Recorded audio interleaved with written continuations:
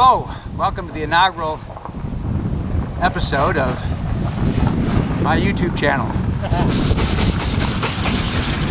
This channel is dedicated to somebody who wants to have and enjoy a large boat, but has the budget of a much smaller boat. I hope to be able to prove through this series of videos and through this journey that you can have a boat the size of this Bertram 46.6 foot motor yacht for the budget of a 35-foot Sea Ray. Only time will tell. But as you can see, if you're going to buy a big boat on a big budget, or a little budget, one of the first things you can be assured of as you arrive at your new purchase is you're going to spend a lot of time just cleaning it so you can find out what you want. Well, back to work.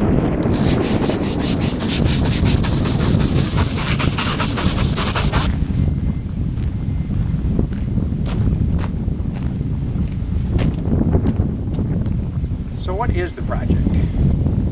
Excuse my attire, it's a work day.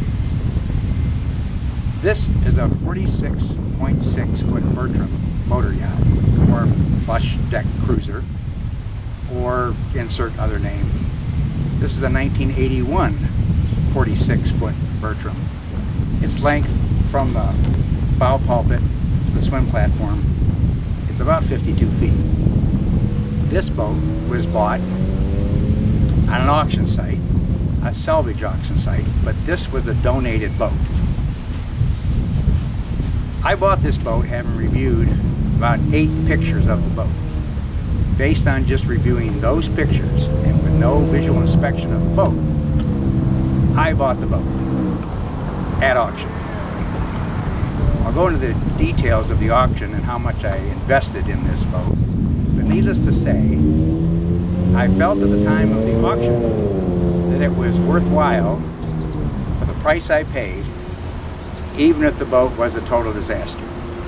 The only commentary I had from the broker who was selling the boat is I asked if he knew anything about the boat. He said the gentleman that took the 8 pictures said the boat appeared to have good bones. It is equipped with a pair of Detroit diesel 8V71 TI engines. From what I can tell, they're 340 horsepower versions of the engines. And I didn't even know that when I bought the boat. I knew it had Detroit diesels, I knew they were 8V71s, I did not know what series they were, or what horsepower they were, or any of the details about the boat. I did look at other models, other available boats of this era, from 1975 to 1984, and from looking at those boats that are currently for sale, I determined that there was a number that if I stayed beneath, I could always scrap the boat and maybe only lose a few $1,000. Besides, of course, hundreds of hours of my time.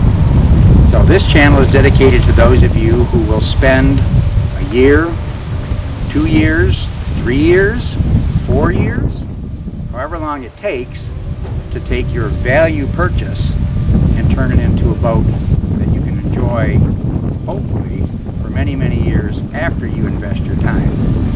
I hope to be able to take you on a journey through this entire restoration process. But for right now, we're starting with the basics. When we got to the boat 10 days ago, it was covered in dirt, mud wasp nests, spider webs. Go ahead. Thank you, appreciate it. Little work going on. It is a working marina. So the boat, other than that though, upon the visual inspection from the bow to the stern, it appeared that I did not do poorly on the initial investment. Haven't started the engines, have to get all the batteries charged. Well, that'll be a video all on its own. But I wanted you to see the boat in its current condition. It was hauled 4 years ago. It's been sitting here on the hard in Michigan for 4 years. So it's had four winters, 4 summers. They power washed the boat when they removed it from the water. There wasn't, after they power washed it, no bottom point paint remained other than above the water line. I've talked to people around the marina. They believe that for the last 3, 4, 5 years before the boat was hauled and left, that it never left the marina, and that the owner didn't invest in bottom paint because he didn't care how slow the boat was or how much it was affected by growth.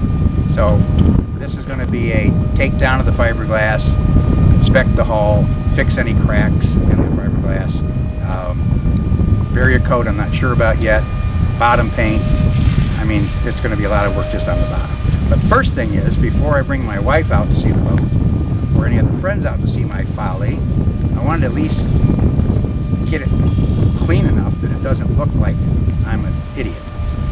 So please, this is the first of many videos.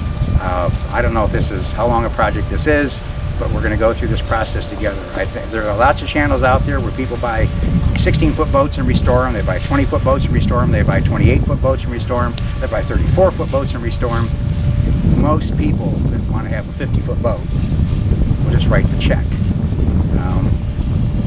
I like restoring boats. I like that this is my relaxation, and I like being on the Great Lakes. I like to know if I'm out on the Great Lakes and the seas come up, the weather changes, I'm in a boat that can get my family and I safely back to the port we need to get to. And this boat can get us safely back to the port. This is about my 10th boat, not my starter project. I've restored 6 boats prior to this, the greatest in length being 32 feet. And I'll go into those experiences on another video. But again, I apologize for my appearance. My friend Dave and I have got to get back to cleaning the boat, and today is put power to the boat and see if we can get some of the DC systems working. So